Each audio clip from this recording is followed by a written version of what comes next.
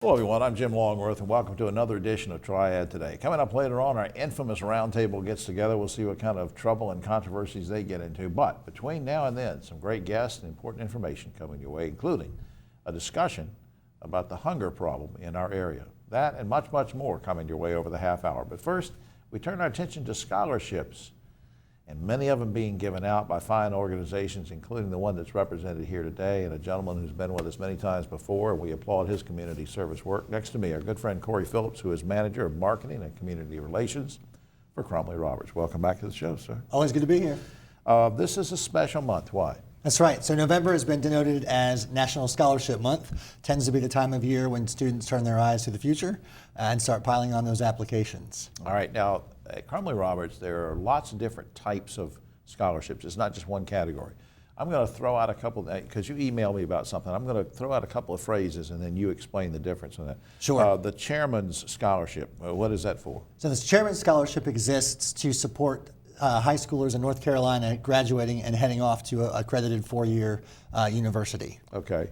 The Next Step Scholarship. Next Step Scholarship's great. It actually focuses on a group that isn't so often focused on. It is for folks who have served in a trade school or a technical college, and they want to take the next step in their educational journey. And so that is available for any of them that are going into an accredited four-year North Carolina university. Going for an advanced degree in something else, maybe. Exactly. And finally, of the three major areas, the Little Red Jumpsuit Foundation Scholarships. The Little Red Jumpsuit is our newest addition. This is its second year going in, and it's really special in that it is for young women who are looking to graduate high school and move into college, as well as women of any age who are literally looking to write the next chapter of their lives. In just a minute, we'll get to how people get more information on this and how they apply, but I'm also curious, and we didn't rehearse this or anything, I'm kind of curious, how are these recipients, because they're so diverse in the categories, how are they actually selected? Is it based on just their achievement, just their grade, just their life experience, do they write a paper, what's the deal? Sure, the short answer is it'll look very similar at first when you get into applying.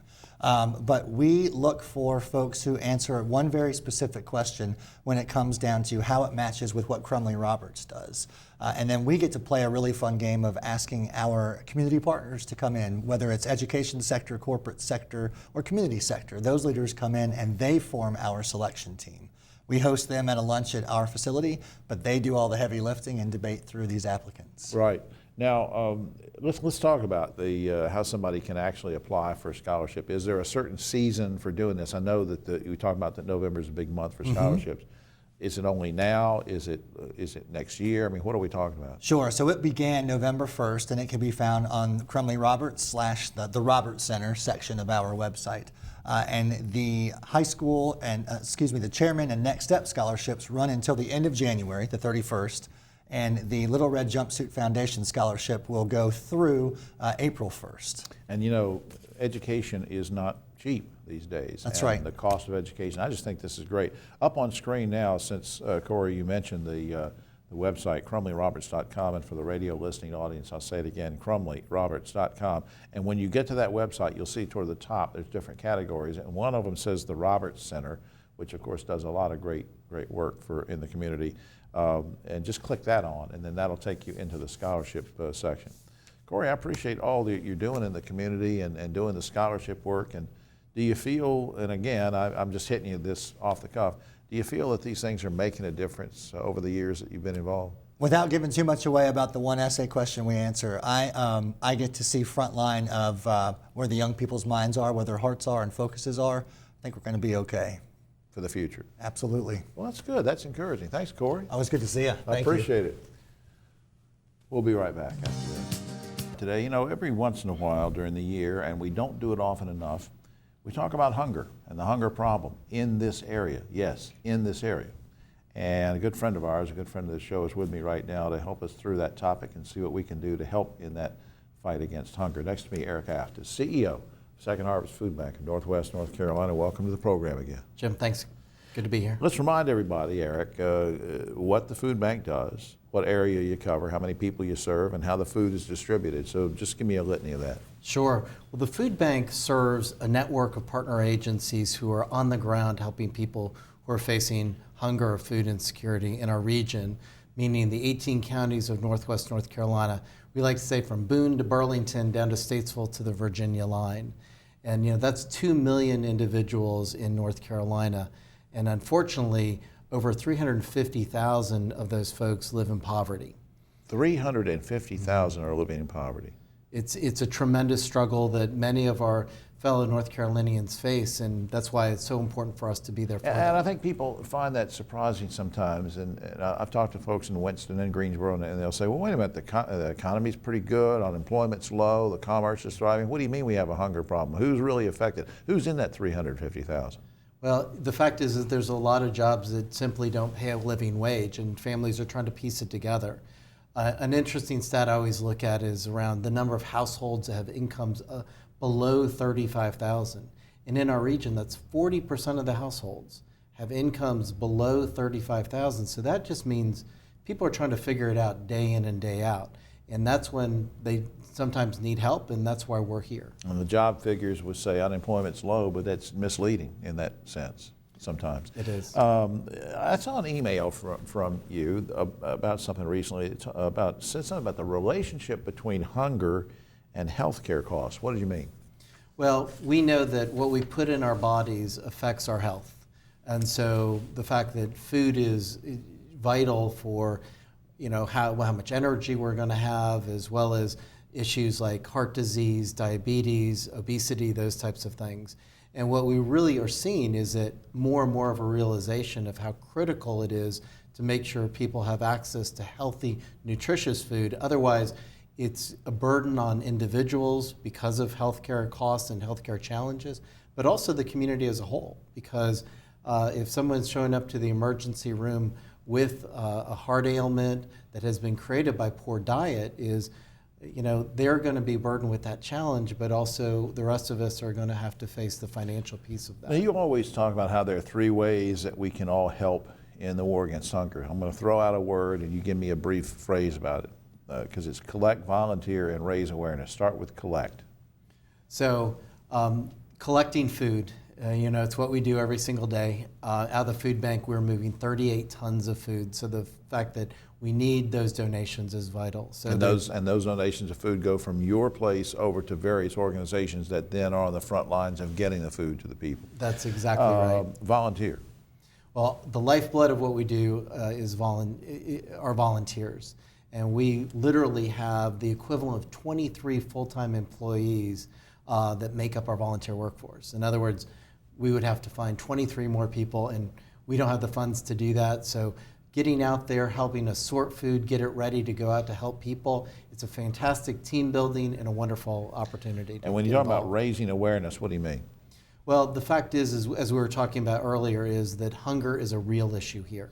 And a lot of folks don't realize it. And we need people to tell that story and know that they can make a difference. And well, speaking of raising awareness, you're going to be doing something special on December 7th. What is that? The parade or something? The fact is that I've been humbly or somewhat embarrassingly asked to serve as Grand Marshal of the JC's Christmas Parade. Well, that's good. It's fantastic, and I'm very excited about it, and I was shocked when they asked. And yeah, I know you don't go around bragging on yourself, and you do a lot of great stuff, but I think that's going to be good for a couple reasons, though, because of this whole awareness thing, and they'll see Food Bank on there and think about, okay. At the end of the day, that's the most important Go collect food. Up on screen, Second Harvest NWNC, which stands for NorthwestNorthCarolina.org. Second Harvest NWNC.org. Eric Aff, thanks for all you do. Thank you, Jim. All right, Appreciate man. it. We'll be right back after this.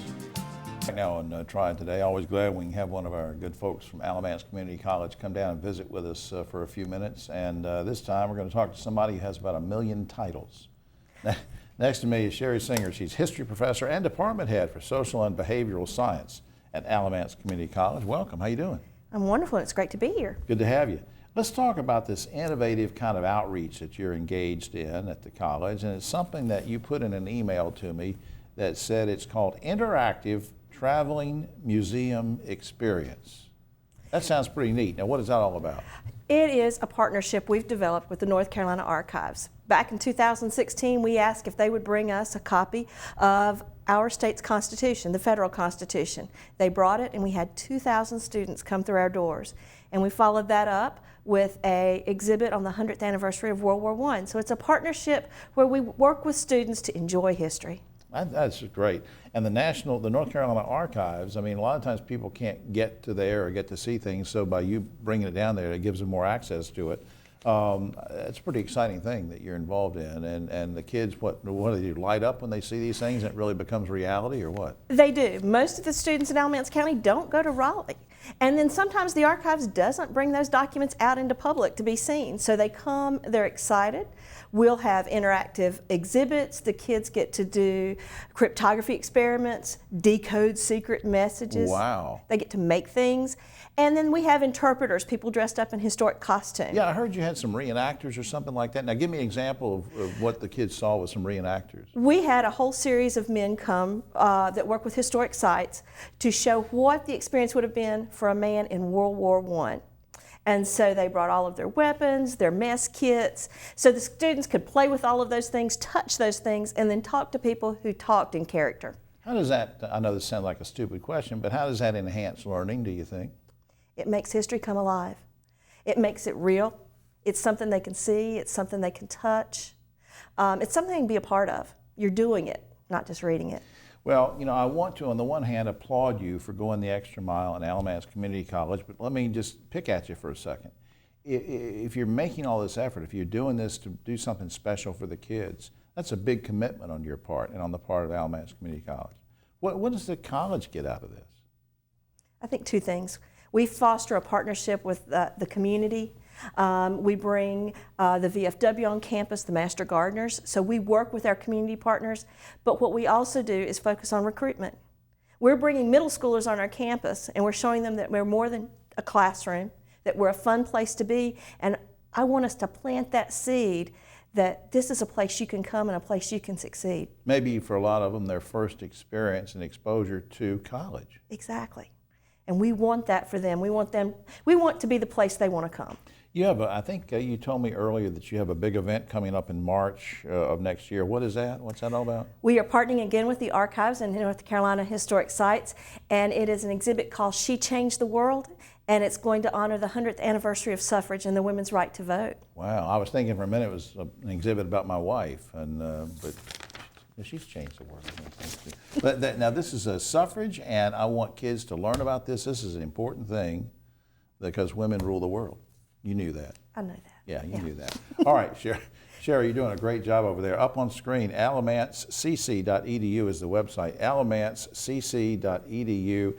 I'm just seriously so proud of what you're doing to going the extra mile, making that effort to make history and other things come alive for the students. I know you love doing it. I do. It's great to go to work every day. Well, it shows. Sherry Singer, thanks for all you do. All right, thank you.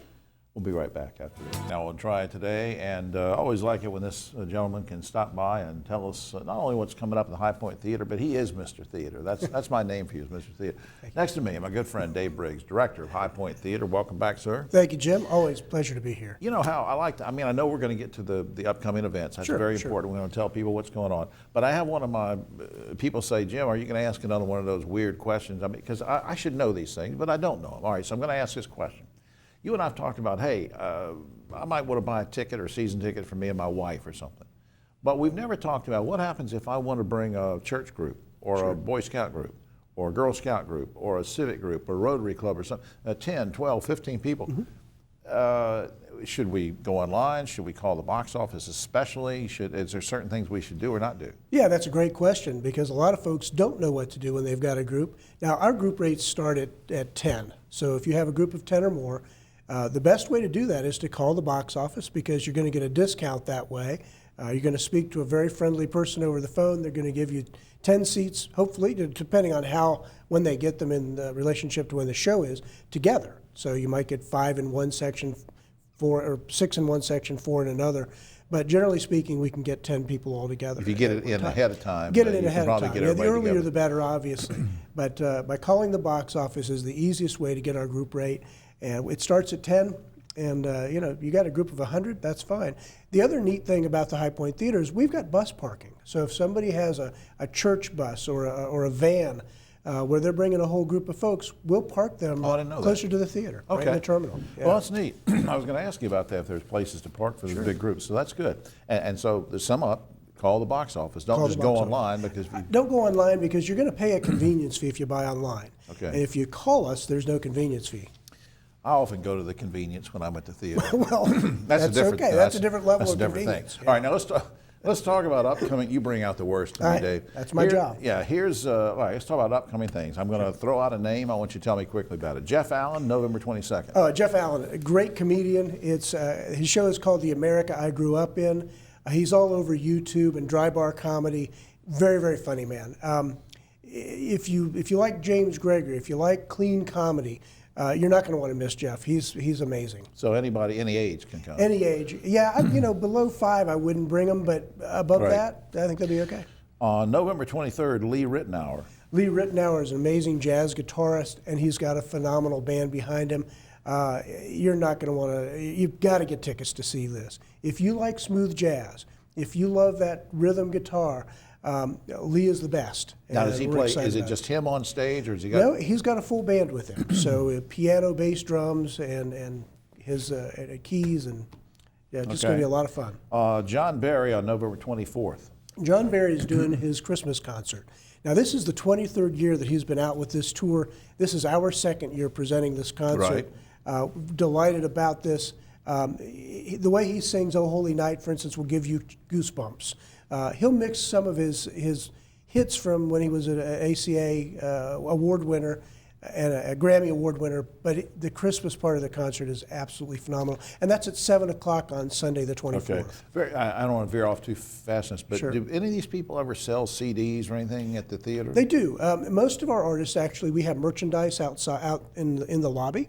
A lot of them only allow cash. Some will allow checks, and some of them have a square reader where you can actually buy, and they can swipe your card. All right. Not all of them. Yeah, December 21st, the Nutcracker. The Nutcracker is that's High Point Ballet's production of the Nutcracker, and so we actually bring that in as part of our community service. They're a wonderful professional ballet company, and they're there for multiple days. So Right.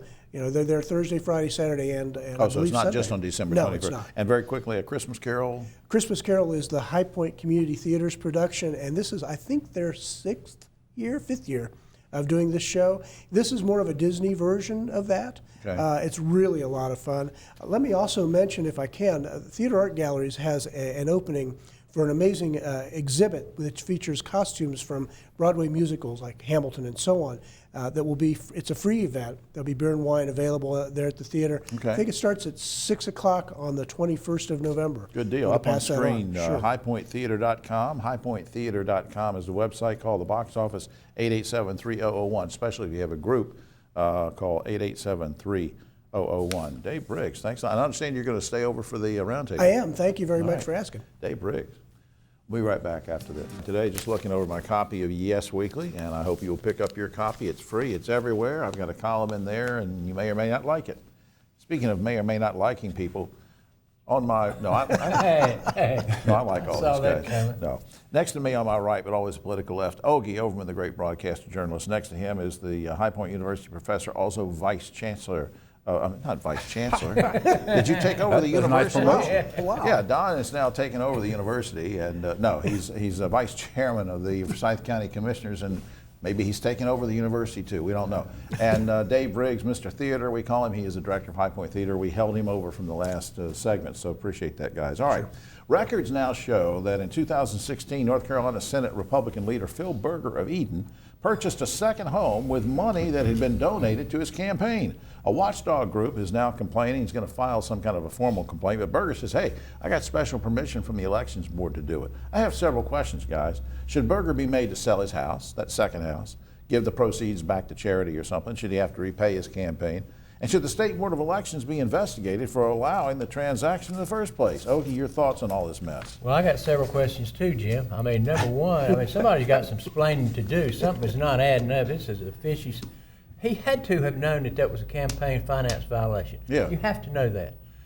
But if he's that ignorant, how would the State Board of Elections allow him an exemption to use campaign finance money for a personal home? Yeah, Don, Come I on. turn to you because you've had to stand for election many times and been victorious, and you know the rules of the road. What's going Well, on? I think you can use your campaign contributions to pay rent, for example, in Raleigh. I think the issue is down to the fine line of purchase. If he's purchased, Then he's making money off of it. Clearly, the mortgage is what it's worth is not. But you might make an argument that the interest paid is his cost of doing, of living. Maybe. And he could sell that house at any point and make a profit off of it. Yeah, therefore- but he should not be able to have any mortgage retirement, allowed to be paid for that Hey, way. Briggs. That's interesting, Doc, because I just thought, frankly, he needs to repay his campaign back because he's benefiting from campaign dollars. I could run for office and then, go to Krispy Kreme and buy you guys a bunch of donuts. Yeah. Yeah, it just doesn't seem right. It doesn't pass the smell test, does it, No, Ogie? the elections group needs to be checked out, and if he earns money from that, that's an IRS issue as well. Right. All right, Microsoft recently experimented with a 4-day work week in its facility in Japan. And during that time, worker productivity has risen by 40%. Guys, would you like to see companies in North Carolina adopt a 4-day work week? Ogie. I'm not against it. I mean, I've worked 410s before, and I liked it just fine. And I think you probably do get a little bit more done. Don Martin. I think it depends on the job. I know when I was superintendent, we had painters and mechanics work 410s all the time because they were much more productive. But for some folks, I don't think it makes, I'm not so sure it's a good move. I think every company ought to decide. Dave? Well, manufacturing's been doing it for years. Really, in the late 1970s, during the oil crisis, a lot of manufacturing went to 10-hour days, 4 days a week. Yeah. I'm not against it. I can't do it in my industry. Right. But, Yeah, you have people nothing working wrong. 7 days a week on the shows and stuff. The CEO of McDonald's was recently forced to resign because he had a consensual relationship with an employee. In this Me Too era, are you guys okay with firing a boss because he has relations with a subordinate? Or should companies actually allow consensual office romances? This is another one of those tight, wire type things to walk. Ogie. It is. I mean, there's so many contingencies and what ifs. A lot of, if they're both adults, I mean, the superior and the inferior, that's the issue, I think. Two mid-level employees, Two both supervisors. single, both adults, both consensual, that really should not be a problem there. Don. Yeah, hard to define consensual sometimes because what's consensual today may not be tomorrow. And I think the company policy to forbid it is wise. Yeah, Me Too or not, it's really an ethical issue. And if one is supervising a subordinate and they're dating, that creates a different issue. All right, we know now that during the 2016 election, the Russians flooded social media with divisive and misleading ads. So Twitter says we're not going to accept any more political ads. But Facebook says, no, we're going to keep doing it. Should the FEC, Elections Commission, and FCC force Facebook to follow Twitter's lead? Ogie. I wish they would. I'm afraid they won't, but I think the time has come where it's time to start regulating, put some teeth in some laws. Facebook is really weaseling out of a lot of things. Dr. Martin.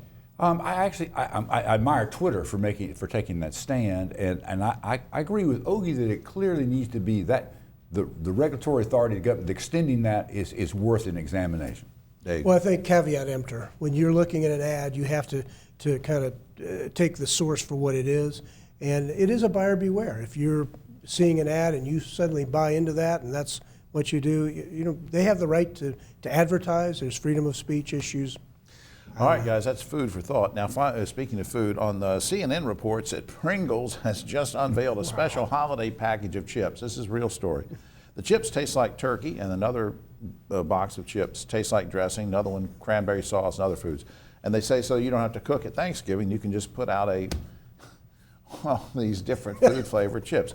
Guys, would you be willing to only eat food-flavored chips for Thanksgiving and nothing else, Ogie? Because I know you like Thanksgiving. Not in a million years. No, You wouldn't do it. National Day of Gluttony, it just won't work. Yeah, Don Martin, they're Now, just chips I only. love chips, but I don't think that would Yeah. get it for Thanksgiving. Well, they're flavored. They're turkey flavored. Gosh, where's Dave Plyler when we need him? Dave. Takes us back to a couple of weeks ago. This is a meat issue. Give me my turkey. You want the, yeah. So you don't buy the chip Not only a thing. chance. All right.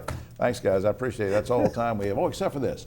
According to livingmagazine.com, the best way to get germs off of your cell phone is to put toothpaste all over the screen and rub it in. The toothpaste remedy seems logical to me, I guess, especially if you're using a Bluetooth. What do you mean? Who just groaned? Who was? What's the Could have matter been with me, you? Jim. Could have been all of us, actually. Was your stomach growling, Ogie? Is that what the? For all of these unappreciative guys with me here, who for the last time, I'm Jim Longworth. We'll see you next week.